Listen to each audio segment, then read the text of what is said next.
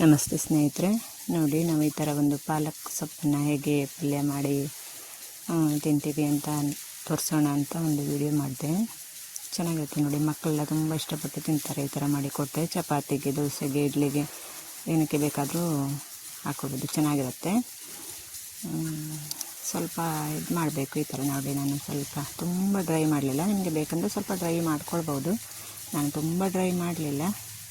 ಸ್ವಲ್ಪ ಈ ದೋಸೆಗೆ, ಚಪಾತಿಗೆಲ್ಲ ಈ ಥರ ಸ್ವಲ್ಪ ಇದ್ದರೆ ಚೆನ್ನಾಗಿರುತ್ತೆ, ನೀರು ಸ್ವಲ್ಪ ಇದ್ದರೆ ಅಂತ ಸಾಧಾರಣ ಡ್ರೈ ಮಾಡಿ. ನಿಮ್ಗೆ ಬೇಕಂದರೆ ಸ್ವಲ್ಪ ಜಾಸ್ತಿ ಮಾಡ್ಕೊಳ್ಬೋದು, ಹೇಗೆ ಬೇಕಾದರೂ. ಮತ್ತು ಆರೋಗ್ಯಕ್ಕೆ ಸಹ ತುಂಬ ಒಳ್ಳೆಯದು ನೋಡಿ. ಇದು ಪಾಲಕ್ ಸೊಪ್ಪು ಮೊದಲಿಂದ ಎಲ್ಲ ಥರ ಇದಕ್ಕೆ ಹೇಳ್ತಾರೆ, ಬ್ಲಡ್ ಎಲ್ಲ ಕಮ್ಮಿ ಇದ್ದವರಿಗೆಲ್ಲ ತಿನ್ನಿ ಅಂತ. ಮಕ್ಕಳಿಗೆ ಸಹ ತುಂಬ ಒಳ್ಳೆಯದು ಆರೋಗ್ಯಕ್ಕೆ. ಈ ಥರ ಮಾಡಿ ಕೊಡಿ. ಏನಿಲ್ಲ, ಸಿಂಪಲ್ಲಾಗಿ ಮಾಡ್ಬೋದು ನೋಡಿ, ಹೆಚ್ಚು ಐಟಮ್ ಏನಿಲ್ಲ. ಸ್ವಲ್ಪ ಬೆಳ್ಳುಳ್ಳಿದು ಒಗ್ಗರಣೆಗೆ ಜಜ್ಜಿ ಹಾಕೋಕ್ಕೆ ಈರುಳ್ಳಿ, ಟೊಮೊಟೊ, ಒಂದು ಅರ್ಧ ಕಾಯಿ, ಸ್ವಲ್ಪ ಒಗ್ಗರಣೆಗೆ ಸಾಸಿವೆ ಅಷ್ಟೇ. ಸ್ವಲ್ಪ ಸಾಸಿವೆ, ಜೀರಿಗೆ ಹಾಕ್ಕೊಂಡಿದ್ದೀನಿ ಅಷ್ಟೇ. ಈ ಥರ ಚಿಕ್ಕ ಚಿಕ್ಕದಾಗಿ ಕಟ್ ಮಾಡ್ಕೊಂಡು ನೋಡಿ. ಸಾಸಿವೆ ಹಾಕಿದೆ, ಸಾಸಿವೆ ಚುಟ್ಟುಪುಟ್ಟ ಅಂದಮೇಲೆ ಜೀರಿಗೆ ಹಾಕಿ, ಸ್ವಲ್ಪ ಬೇಕಂದರೆ ಹಾಕಿ, ಬೇಡ ಅಂದರೆ ಬೇಡ. ಜೀರಿಗೆ ಸ್ಮೆಲ್ ಇಷ್ಟ ಇಲ್ಲ ಅಂದರೆ ಬೇಡ. ನಾನು ಸ್ವಲ್ಪ ಒಳ್ಳೆಯದು ಅಂತ ಹಾಕಿದೆ.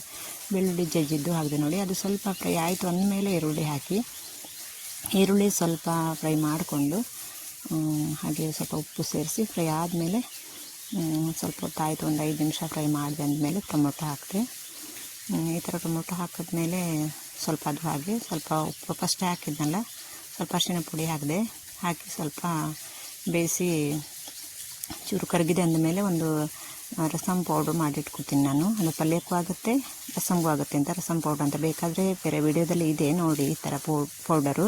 ಅದು ತುಂಬ ಸಿಂಪಲ್ಲಾಗಿದೆ ನೋಡಿ, ಮಾಡಿ ಇಟ್ಕೊಳ್ಳಿ, ಸ್ಟೋರ್ ಮಾಡಿ ಇಟ್ಕೊಳ್ಬೋದು.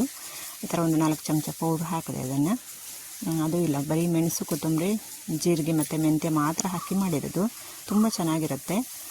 ಅದು ಬೇಕಾದರೆ ಬೇರೆ ವಿಡಿಯೋದಲ್ಲಿ ಇದೆ ನೋಡಿ. ಈ ಥರ ಟೊಮೊಟೊ ಕರಗಿದ ಮೇಲೆ ಅದನ್ನು ಹಾಕಿ, ಪುಡಿ ಹಾಕಿ ಸ್ವಲ್ಪ ಹೊತ್ತು ಮಿಕ್ಸ್ ಮಾಡಿ ಆಮೇಲೆ ಸೊಪ್ಪು ಹಾಕಿ ಬಿಡೋದು.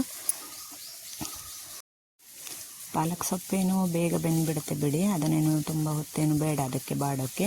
ಸ್ವಲ್ಪ ಬಾಡಿತ್ತು, ಸ್ವಲ್ಪ ಅಂದರೆ ಬೇಯ್ತಾ ಇದಾಯಿತು ಅನ್ನೋವಾಗ ಕಾಯಿ ಅರ್ಧ ತೊದ್ದು ಇಟ್ಕೊಂಡಿದ್ನಲ್ಲ, ಅದನ್ನು ಹಾಕ್ಕೊಳ್ಳೋದು. ಫಸ್ಟೇ ಕಾಯಿ ಹಾಕಲಿಲ್ಲ, ಎಲ್ಲ ಮಿಕ್ಸ್ ಮಾಡಿ ಇಟ್ಟಿದ್ರೂ ಆಗುತ್ತೆ, ಅದು ಆಗುತ್ತೆ, ಇದೇನು ಪರವಾಗಿಲ್ಲ. ನಾವು ಹಾಗೂ ಮಾಡ್ತೀವಿ, ಎಲ್ಲ ಮಿಕ್ಸ್ ಮಾಡಿ ಈ ಥರನೂ ಮಾಡ್ತೀವಿ. ಈ ಥರ ನೋಡಿ, ಕಾಯಿ ತೊದ್ದಿಟ್ಟಿದ್ದು ಹಾಕಿದ್ದೆ.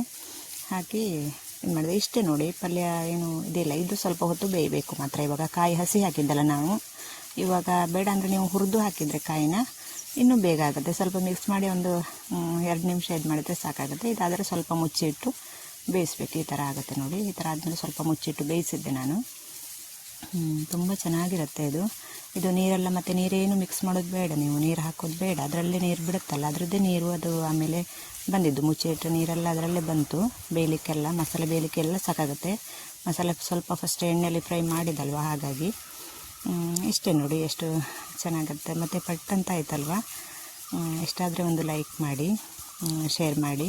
ನನ್ನ ಚಾನಲ್ನ ಸಬ್ಸ್ಕ್ರೈಬ್ ಮಾಡ್ಕೊಳ್ಳದೆ ನೋಡ್ತಾ ಇದ್ದರೆ ಸಬ್ಸ್ಕ್ರೈಬ್ ಮಾಡ್ಕೊಂಡು ನೋಡಿ.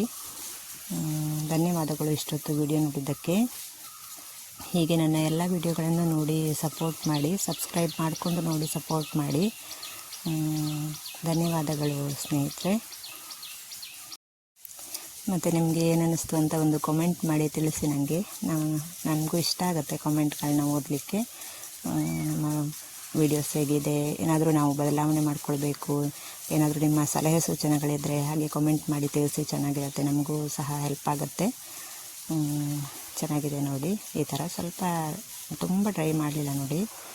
ಈ ಥರ ಸ್ವಲ್ಪ ನೀರಿದೆ. ಚಪಾತಿಗೆಲ್ಲ ಚೆನ್ನಾಗಿರುತ್ತೆ ತುಂಬ. ಮಕ್ಕಳೆಲ್ಲ ಇಷ್ಟಪಟ್ಟು ತಿಂತಾರೆ. ಒಂದು ಸಾರಿ ಮಾಡಿಕೊಡಿ. Thank you so much.